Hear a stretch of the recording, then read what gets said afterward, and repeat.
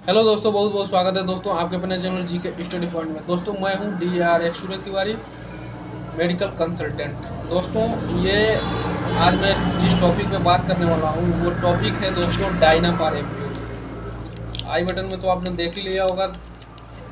ये है डायनापार एम्प्यूल। इस पे मैं आज कंप्लीट रिव्यू दूंगा दोस्तों। उससे पहले मैं बता दूं, अगर जो चैनल पे पहली बार विजिट कर रहे हैं दोस्तों तो चैनल को लाइक और सब्सक्राइब जरूर कर लीजिए, बेल आइकन को दबा लीजिए ताकि मैं आगे से कोई भी वीडियो डालूं सबसे पहले आप लोगों के पास नोटिफिकेशन जाए और वीडियो को वॉच कर सकें।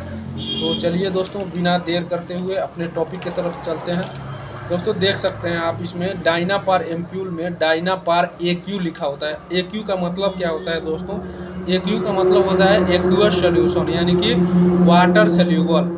दोस्तों अगर जो D फार्मा या फिर B फार्मा या फिर ऐसा कोई भी आपने मेडिकल कोर्स किया होंगे तो ज़रूर जानकारी होगा। AQ का मतलब एक्वस सोल्यूशन होता है दोस्तों। इसमें क्या होता है, ये 1 ml वाटर में 75 mg डाइक्लोफेनिक सोडियम को क्या किया गया है, डिजोल्व करके इस इंजेक्शन को बनाया गया है। तो ये 2 किस्म का आता है, डाइक्लोफेनिक सोडियम और डाइक्लोफेनिक पोटेशियम।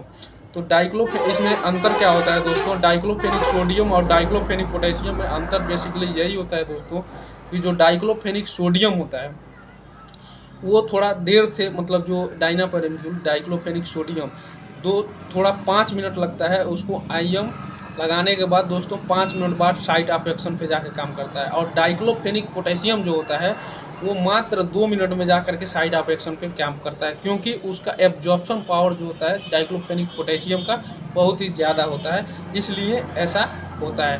क्योंकि डाइक्लोफेनिक सोडियम और डाइक्लोफेनिक पोटेशियम में आप खुद डिफ्रेंशिएट कर सकते हैं कब सीरियस कंडीशन है तो कौन सा इंजेक्शन लगाना चाहिए।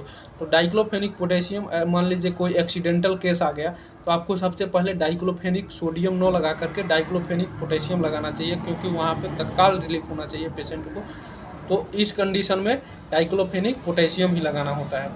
तो चलिए अब अपने टॉपिक की तरफ बढ़ते हैं दोस्तों। डाइक्लोफेनिक के इंजेक्शन के बारे में कंप्लीट रिव्यू करते हैं। इसका साइड इफेक्ट क्या है, डोज क्या है, रूट्स ऑफ एडमिनिस्ट्रेशन क्या है। तो सबसे पहले मैं बताऊं इसका यूज दोस्तों। इसका यूज क्या होता है डाइक्लोफेनिक का, आप लोग जनरली जान रहे हैं ये non steroidal anti inflammatory drug है दोस्तों। ये क्या करता है, प्रोस्टाग्लैंडिन की सिंथेसिस साइक्लो ऑक्सीजिनेज कॉक्स की सिंथेसिस को बंद कर देता है, जिससे कि प्रोस्टाग्लैंडिन की सिंथेसिस बंद हो जाती है, जिससे कि बॉडी में पेन और सूजन से आराम मिल जाता है दोस्तों। तो ये था इसका मैकेनिज्म ऑफ एक्शन, किसका, डाइक्लोफेनिक पोटेशियम या डाइक्लोफेनिक सोडियम का। तो ये दोनों इंजेक्शन इसी मैकेनिज्म ऑफ एक्शन पे काम करती है। क्या करती है, साइक्लो ऑक्सीजिनेज एंजाइम को क्या करती है, इनहिबिट कर देती है, रोक देती है, यानी कि बनने नहीं देती है, जिसके कारण क्या होता है ह्यूमन मतलब हम लोगों में क्या होता है, पेन को रिलीफ मिल जाता है और टेम्परेचर डिक्रीज हो जाता है। तो ये था इसका मैकेनिज्म ऑफ एक्शन। अब इसका यूजेज जानते हैं दोस्तों। यूज में इसका मोस्टली यूज पेन में किया जाता है, कहीं का भी पेन हो, जैसे कि मान लीजिए पेट में जो स्टोन पेन होता है, जैसे किडनी में स्टोन हो गया, पथरी हो गया, ये सब कान में दर्द हो गया, या फिर मसल्स एच हो गया, खिंचाव हो गया, या फिर बोन में अर्थराइटिस हो गया, गठिया हो गया, इस सब कंडीशनों में इसको यूज किया जाता है। और एक मैं अपने तरफ से बेस्ट यूज बता रहा हूँ दोस्तों, मोनोसेप इंजेक्शन को 4 ml में डिजोल्व करके और 1 ml ऊपर से ये भर लेते हैं और इस इंजेक्शन को लगाते हैं। तो दोस्तों एक टाइम ही लगाएं, मतलब एक टाइम इसको लगाएं, एक टाइम डेक्सोना और मोनोसेप को।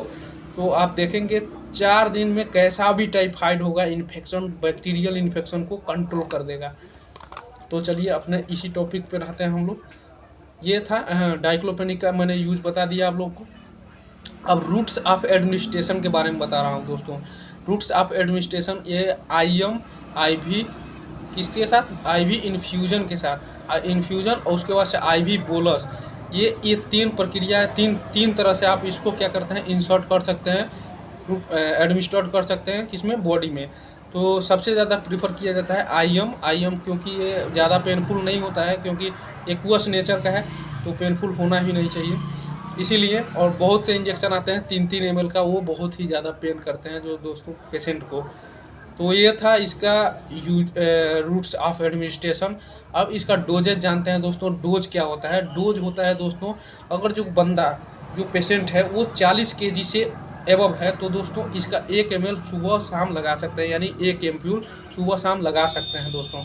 अगर जो बंदा 40 kg से कम है तो इसका डोज कैलकुलेट करके डॉक्टर बताएगा, उसके हिसाब से इसको इंसर्ट करना होता है। अब हम लोग जानते हैं इसका कंट्रा इंडिकेशन। कंट्रा इंडिकेशन क्या है दोस्तों? ब्रेस्ट फीडिंग महिला, यानी कि कोई महिला अपने बच्चे को दूध पिला रही हो, उस कंडीशन में बिल्कुल नहीं लगाना होता है इस इंजेक्शन को। और जो एक्सीडेंटल केस हो, कोई एक्सीडेंटल केस है उसमें दोस्तों क्या है कि वो एल्कोहल ड्रिंक किया हुआ है, तो उस कंडीशन में भी इसको नहीं लगाना होता है दोस्तों। कोई महिला प्रेगनेंसी के लिए भी सोच रही है तो उस कंडीशन में भी नहीं लगाना है इसको डाइक्लोफेनिक साल्ट को ही नहीं लगाना है। तो ये था इसका कंट्राइंडिकेशन। बहुत से कंडीशन में क्या होता है दोस्तों, इसका साइड इफ़ेक्ट ये जो किडनी जो होता है, किडनी में इन्फेक्शन क्रिएट कर देता है, जिससे कि ज़्यादा ही दिक्कत हो जाता है। किडनी का मरीज को भी बिल्कुल नहीं लगाया जाता है, पहले ही उसको पूछ लिया जाता है कि आपको किडनी में कोई दिक्कत तो नहीं है, उसके बाद से इसको एडमिनिस्ट्रेट किया जाता है। साइड इफ़ेक्ट में दोस्तों इसका जानते हैं, साइड इफ़ेक्ट में नोजिया, वोमिटिंग, या फिर जहाँ पे इंजेक्शन लगा है बाद में खुजली होना, मिचली, ये सब इसका साइड इफ़ेक्ट हो सकता है दोस्तों। ज़्यादा कुछ साइड इफ़ेक्ट नहीं है, साइड इफ़ेक्ट बस इतना ही होता है। और जो वीडियो आपको अच्छा लगा हो तो दोस्तों लाइक सब्सक्राइब ज़रूर कीजिएगा और शेयर भी कीजिए। मिलते हैं नेक्स्ट वीडियो में। Thank you very much.